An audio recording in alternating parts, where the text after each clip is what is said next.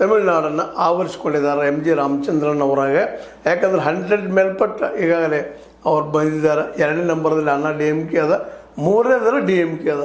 ಅಂದ್ರೆ ಸ್ಟಾಲಿನ್ ಅವ್ರನ್ನ 3ನೇ ನಂಬರ್ಗೆ ತೂಡಿಬಿಟ್ಟಿದ್ದಾರೆ. ಇಬ್ಬರು ಕುಡ್ಕೊಂಡು 2 ಸಿನಿಮಾ ನಟರ ನಾಯಕತ್ವದಲ್ಲಿ ಇದ್ದಂಥದ್ದು. A I D M K ನಮ್ಮ ಅಣ್ಣಾ ಏನೋ ಡಿ ಎಮ್ ಕೆ ಅದ ಎಮ್ ಜಿ ರಾಮಚಂದ್ರನ್ ಅವ್ರದ್ದು. ಅದು ವಿಶೇಷವಾಗಿ ಸಿನಿಮಾ ನಟರಿಂದ ಎಮ್ ಜಿ ರಾಮಚಂದ್ರನ್ ಮತ್ತು ಜಯಲಲಿತಾರಿಂದಾಗಿ ಹಲವು ವರ್ಷಗಳವರೆಗೆ ಆಳಿದರು. ಇವತ್ತು ಅದು ಮತ್ತೆ ಆಳುವಂಥ ಕೆಲಸ ವಿಜಯನ್ ಅವ್ರಿಗೆ ಬಂದದ್ದು. ವಿಜಯ್ ಆಳ್ತಾರೆ ಅನ್ನುವಂಥ ಮಾತುಗಳು ಬೆಳೀತಾ ಇದ್ದಾವೆ. ಅಂದ್ರೆ ತಮಿಳುನಾಡು ಮೋಸ್ಟ್ಲಿ TVK ವಶ ಆಗುವುದರಲ್ಲಿ ಸಂದೇಹ ಇಲ್ಲ ಅನ್ನೋದು ಮಾತು ಕೇಳಿ ಬರ್ತಾ ಇದ್ದಾವೆ. ಯಾಕಂದ್ರೆ ಅನೇಕ ಬದಲಾವಣೆಯಲ್ಲಿ ಕಾಣ್ತಾ ಇದ್ದೀವಿ ಮತ್ತು ಜನರು ಈ ವಿಜಯ್ ಅವರ ಬೆನ್ನು ಹತ್ತಿದ್ದನ್ನು ಗಮನಿಸಿದಾಗ ಸಹಜ ಅನ್ನಿಸ್ತದೆ. ಇನ್ನು ಅದೇ ಕಾಲಕ್ಕೆ ಪುದುಚೇರಿಯಲ್ಲೂ ಸಹಿತ NDA ಸರ್ಕಾರ ಆಗೋ ಸಾಧ್ಯತೆಗಳಿದ್ದಾವೆ. 16 ಯಾರು ಆಗ್ತಾರೆ ಅವರು ಆ ದಿಶೆಯಲ್ಲಿ ವಿಚಾರ ಮಾಡಿದಾಗ ಅಲ್ಲಿ ಲೋಕಲ್ ಹೇಳಿ NDA ಸರ್ಕಾರ ಆಗ್ತದೆ ಅಂತೇಳಿ. ಇನ್ನು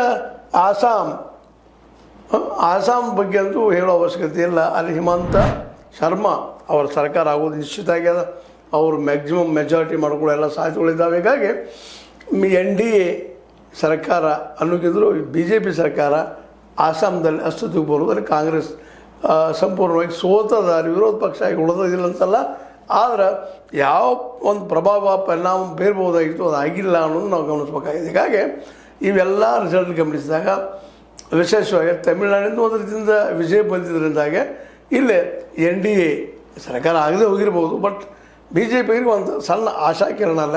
ಯಾಕಂದರೆ ಸ್ಟಾಲಿನ್ ಅವರು ಎಷ್ಟು ಕಟ್ಟರ್ ಒಂದು ಏನಪ್ಪ ಅಂತಂದ್ರೆ ಏನೋ ನಮ್ಮ ದ್ರವಿಡಿಯನ್ ಒಂದು ವೈಚಾರಿಕವಾದ ಅದನ್ನು ನೆನಪಿಟ್ಕೊಂಡು ಅಥವಾ ಅದನ್ನು ಪಾಲಿಸ್ಕೊಂಡು ಬಂದಂಥವ್ರು, ಅದರಲ್ಲೂ ಪೆರಿಯಾರ್ ಅವರು ಹಾಕಿದಂಥ ವಿಚಾರಗಳನ್ನ ನೆಲೆಯಲ್ಲಿ ಬೆಳೆದಂಥದ್ದು.